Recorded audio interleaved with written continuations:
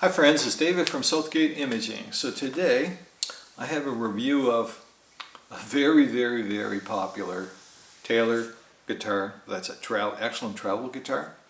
It's an excellent coach guitar, and it's an excellent guitar for playing out in the deck in the summertime. These are just fantastic, very popular instruments. I've owned probably 3 of them now, and one just came my way. So let's talk about it. So I have actually about a 2-year-old Taylor GS Mini. This one's Mahogany. I've owned Mahogany, I've owned spruce tops, and I've owned koa tops. And really, from my experience, for the money, the Mahogany is a sweet spot. It's a little warmer than their spruce on a small guitar, warm sound. You want to warm it up a bit generally anyway, so I get along just fine with the Mahogany. Taylor's been making these for over a decade now, and I think they originally came out, they were like spruce top mahogany back and sides, and they quickly followed with the Mahogany. And then they basically came up with koas, they came up with blackwoods, they came up with various things. They were packaged really nice. They came with a really nice gig bag for the money, and it's a great travel gig bag. It fits in a airplane luggage holder, so they're fantastic like that. So they kind of came out with a really nice package. They had a couple pickup options, and they give you ability, like this one didn't come with a pickup. They have a Taylor product that basically snaps in a brace, a little bracket here, and you can add a pickup to the thing in like 10 minutes without drilling the end pin jack or anything like that. So it's a really nice popular package, and they sell a lot of these. People ended up owning 2 or 3 of them because they're just a nice guitar. So like I said, very popular guitar. I just happened to kind of cycle through them, I guess. But this one is essentially brand new. It's really good. So let's walk through what they have. So the Taylors have the GS Minis that have the truss rod adjustment. You access it through the headstock, so you basically just 3 little screws pop that off. You can do that. Nice headstock, and standard, really the standard kind of Taylor tuners. The standout in this for the price range, in my opinion, is going to be the ebony fretboard and ebony bridge. That's a really nice feature in a guitar this price range. Ebony just looks nice. What Taylor does is they do, and you'll see a little bit of the streaking in this. So there was a time when you would look at this, the streaking in these fretboards, and say, oh, that's not acceptable.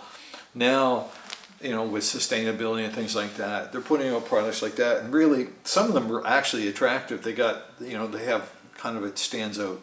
This one is kind of a little bit here, you'll see it. But overall, it's really nice. The bridge is just, looks like a bridge that could come off of a $4,000 Taylor guitar. So they look really good. They have a Mahogany fretboard, Mahogany neck. This one is Mahogany, laminate Mahogany back and sides. The backs are kind of concave. They don't have bracing in the back. And that kind of helps the sound. Helps it get that loud sound. So these sound probably as loud as an OM kind of guitar at times. So they'll surprise people with the sound they have. We'll do some playing examples later on, and you can form your own opinion. But they sound decent. I've been to jams with really good guitar players, and they'll take these and they sound fine. They just keep up just fine with some of the dreadnoughts. So you're not going to be embarrassed by the sound of these. Solid mahogany top on this one, just a great sounding.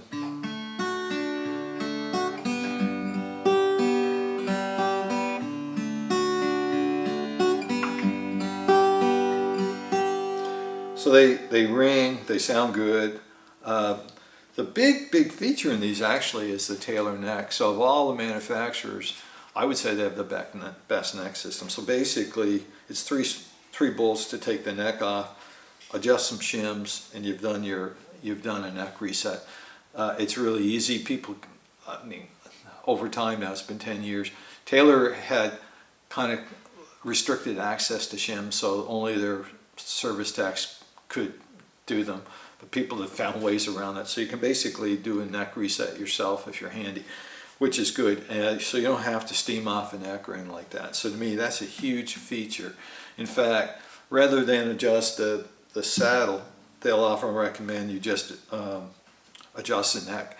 And so that way you got your brake angle, it stays consistent in the saddle. So some really nice features for a relatively inexpensive guitar.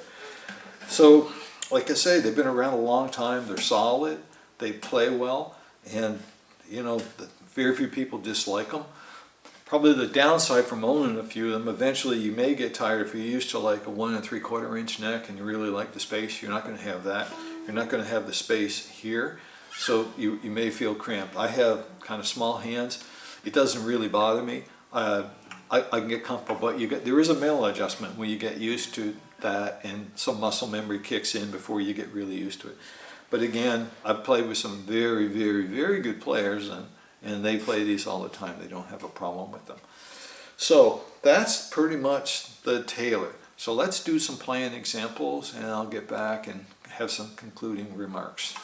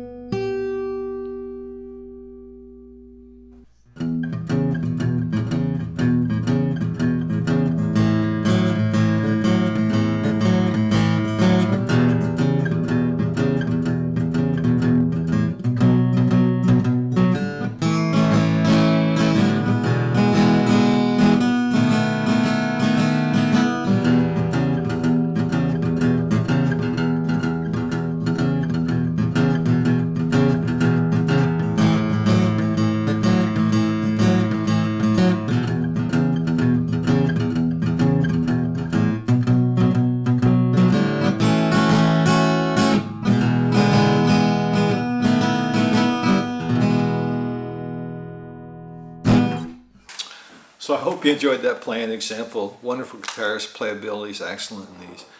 So the downside probably to the Taylors is the biggest downside is price. In Canada, these are becoming very expensive. So just a Mahogany GS Mini with no pickup in Canada retails for $879 Canadian right now. You add our HST, now suddenly you're up to $1,000 Canadian. That's a lot of money. Used is probably the way to go with these. They are available for roughly $500, give or take. You can find a nice used example, but you know they keep going up from there. So if you shop well, they're there. At a $500 to $600 price range, these are fantastic little coach guitars, travel guitars, sitting out on the deck. There's nothing to them. The case that comes with them, or the gig bag that's come, is nice. It's so small. You can travel by airplane. Just throw it in the luggage compartment, the overhead, and you're good to go. So there's a lot of good things to be saying. The prices do get expensive though. They go up to like the Koas, the Koa Pluses, with the Aero case, a nicer case. With taxes in Canada are probably $1,500 now, and that's a lot of money for a GS Mini. You're well into solid wood guitar category there from any other, like Chinese vendors. You can buy some really nice gear for that kind of money. So to me, in my mind, used is the way to go with these. They've been around long enough now. There's plenty. They've been making these minis like this with Mahogany for a decade. Mahogany, is for cost value, is the way to go with these, in my opinion. So again, very good guitar. If you have any comments, questions about them, if you've owned them and had good luck with them or bad luck with them, let me know in the comments. And again, I appreciate like, subscribe, and you have a good day. Thanks.